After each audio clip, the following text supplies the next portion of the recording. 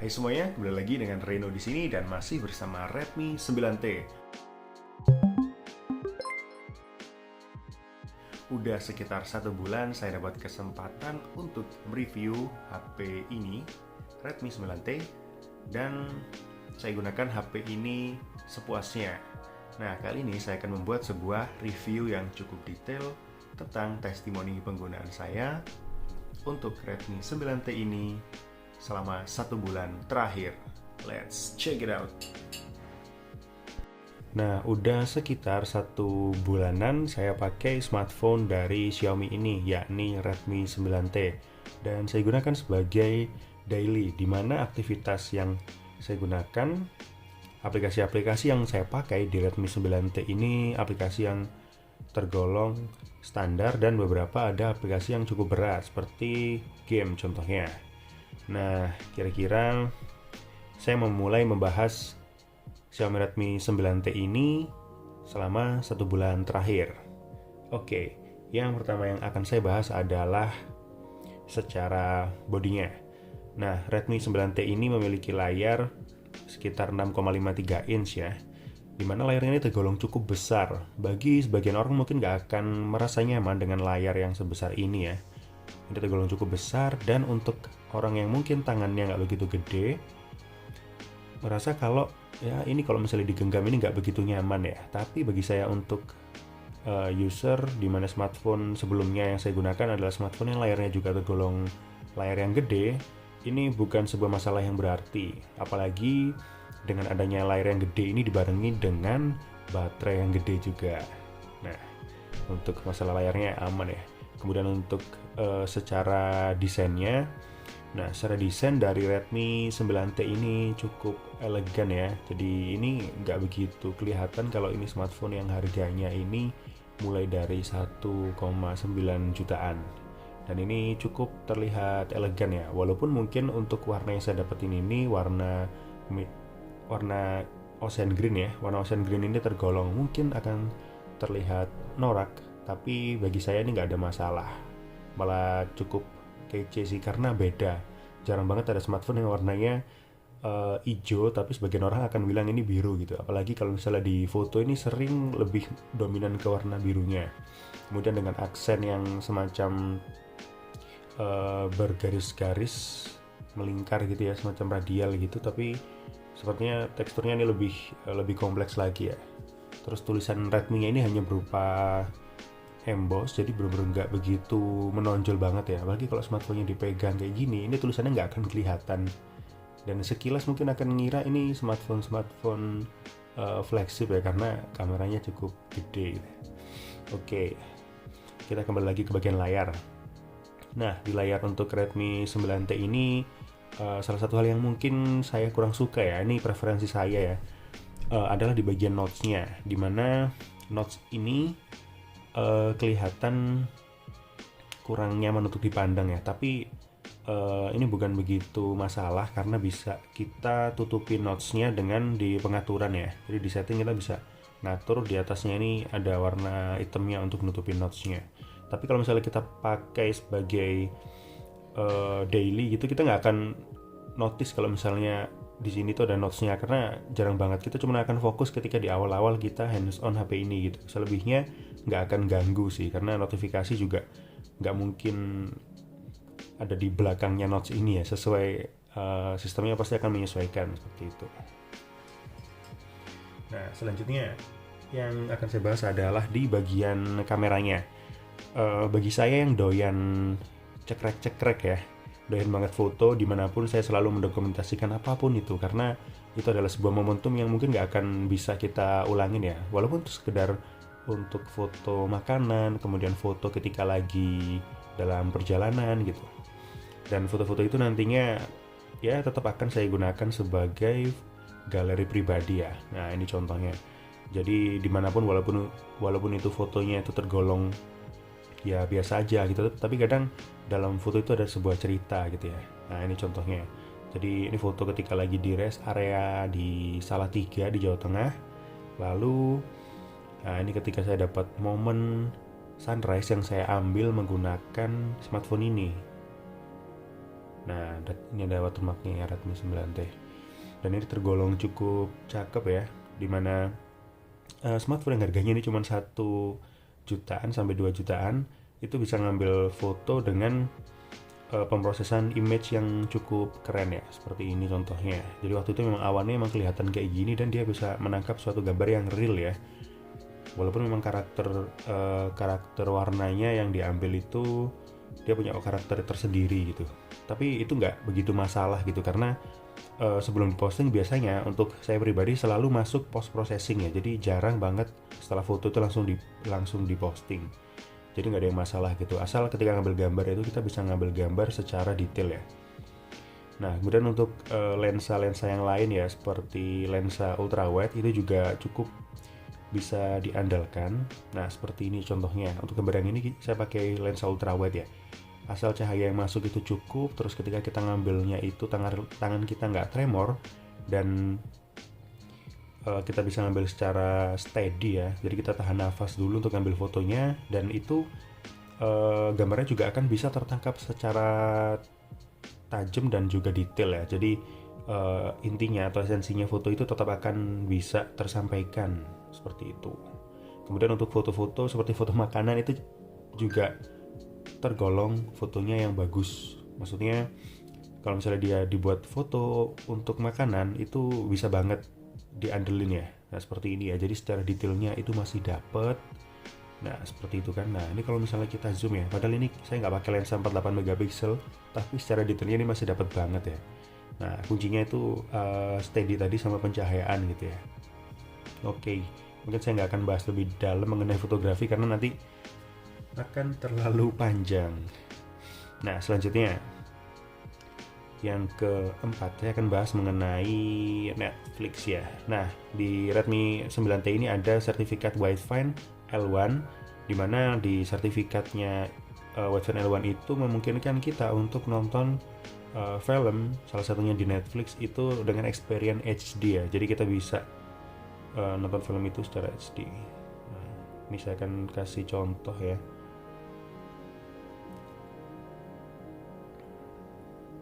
Nah, seperti ini ya. Jadi di bagian sini ada tulisannya HD-nya, di mana berarti HP ini support untuk nonton HD di HP.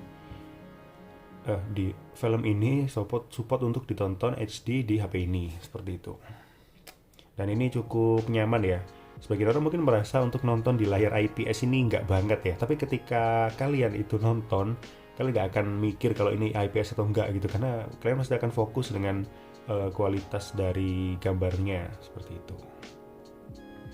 Oke, selanjutnya untuk masalah baterai, ini juga salah satu hal yang cukup saya kagumi dari smartphone ini ya. Saya nggak mau melebih-lebihkan ya, tapi saya akan tunjukin langsung experience ketika saya benar-benar nonton Netflix seharian penuh ya. Jadi saya tetap akan ngeplay smartphone ini sampai selesai, sampai baterainya benar-benar tinggal sedikit. Dan experience ini cukup memuaskan sekali, dimana di sini kita bisa mendapatkan SOT sampai 12,5 jam. Jadi ini saya nggak bohong, ini benar-benar capturannya real ya. Di sini aktifnya selama 12 jam 37 menit, dan standby-nya memang lebih dikit sih, 2 jam 55. Jadi HP ini memang saya on kan mulai dari pagi start sebelum kerja sambil mendampingi WFH saya yang di rumah. Dan benar-benar ini satunya sampai 12 jam 37 menit ya. Coba teman-teman nanti mungkin bisa komen smartphone mana yang bisa dapat SOT lebih hebat dari ini atau mungkin sama gitu ya. Jadi saya bukan mau mengunggulkan smartphone ini, tapi saya pengen tahu aja sih smartphone mana yang bisa setahan ini ya, mungkin dengan kapasitas baterai yang sama gitu. Dan memang salah satu kelebihan dari Redmi 9T ini yang jargon yang paling diunggulkan adalah jawarannya baterai gede. Jadi memang diunggulkan di baterainya yang kapasitasnya adalah 6000 mAh, 6000 mAh. Jadi dari 100% sampai 5%.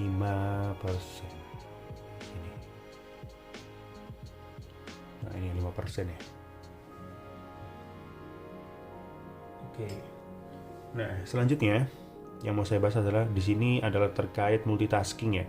Jadi saya gunakan HP ini sebagai daily, dan aplikasi-aplikasi yang saya gunakan adalah di sini contohnya adalah Telegram. Ya, saya jarang menggunakan WhatsApp, jadi saya nggak install WhatsApp di sini. Lalu saya gunakan juga aplikasi ini ya, game ya. Jadi di sini saya main game Marvel Future Fight. Lalu selain itu saya juga pakai untuk nonton tentunya, karena baterainya awet ya, jadi nggak usah capek-capek kita ngecharge atau narik-narik kabel ya untuk ngecas. Lalu saya juga gunakan aplikasi, di sini ada aplikasi Persipio ya, di sini aplikasi e-learning, mungkin teman-teman pada masih belum tahu. Ini aplikasi buat e-learning ya, jadi buat belajar virtual gitu. Terus sesekali saya juga gunakan untuk editing video di KineMaster atau KineMaster. Lalu aplikasi-aplikasi editing foto yang basic seperti Snapseed. Jadi saya biasanya ngedit foto simpel aja pakai Snapseed gitu. Jadi kadang cuman memainkan beberapa tone atau karakter yang benar-benar dibutuhkan oleh gambar tadi gitu ya. Jadi retouchnya nggak usah terlalu berlebihan. Nah seperti ini contohnya ya. Jadi saya pakai foto yang ini contohnya. Jadi untuk aplikasi Snapseed itu kita di sini cuman mungkin naikin brightness seperti ini. Terus kita mungkin nurunin sedikit saturasi biar gak terlalu gonjreng. Kita naikin ambience, agak ngangkat shadow di hal yang dibutuhin. Lalu kita turunin highlight. Lalu mungkin kita turunin shadownya juga sedikit seperti ini, jadi lebih dramatisir. Lalu mungkin kita naikkan warmnya ya, jadi fotonya akan lebih terlihat hangat ya, seperti ini ya. Ini before-nya lalu ini after-nya. Oke, seperti itu. Sesimpel itu sih saya biasanya kalau misalnya ngedit ya. Oke, lanjut. Lalu ada di sini aplikasi PixArt yang saya gunakan untuk bikin cover atau thumbnail di YouTube. Lalu ada InCollage untuk menggabung-gabungkan foto. Lalu aplikasi Speedtest yang saya gunakan untuk cek network ya. Lalu untuk Geekbench dan Antutu Benchmark ini jarang banget dipakai, cuman waktu ketika awal aja untuk ngetes. Seperti itu. Terus yang nggak kalah ketinggalan adalah di sini Instagram ya. Nah, oke, Instagram. Nah, ini masih sering saya gunakan ya. Nah, mungkin kalau misalnya teman-teman pengen follow juga nggak masalah. Nggak di follow juga nggak apa-apa. Oke. Akunnya @renwardiansyah. Nah, oke. Terus yang nggak ketinggalan adalah aplikasi kamera. Dimanapun berada, kalau misalnya lagi di luar rumah, saya dapat sebuah momentum yang bagus, saya akan ngambil foto itu. Keren ya. Oke. Nah, langsung aja selanjutnya di sini tadi kan bahas hasil foto ya. Kalau di sini mungkin saya akan bahas masalah kameranya. Yang pertama untuk yang mode Pro, ini terus terang jarang banget saya gunakan karena ya ribet ya bagi saya yang suka yang simple, nggak begitu suka pakai mode Pro. Lalu di sini ada mode video, ini cukup sering saya gunakan juga. Lalu ada mode foto ya, jadi mode foto ini yang di mode auto foto ini yang paling sering saya gunakan. Di bagian AI-nya jarang banget saya nyalakan. Terus untuk HDR-nya ini juga jarang saya nyalakan gitu ya, mungkin bisa dibikin auto gitu.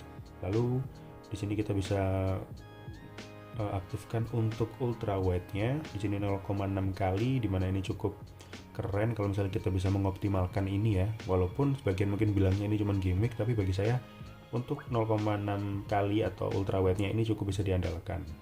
Lalu ada foto telenya. Nah, telenya ini nggak pakai lensa khusus ya, jadi nggak ada lensa tele, jadi mungkin sistemnya cuma cropping ya.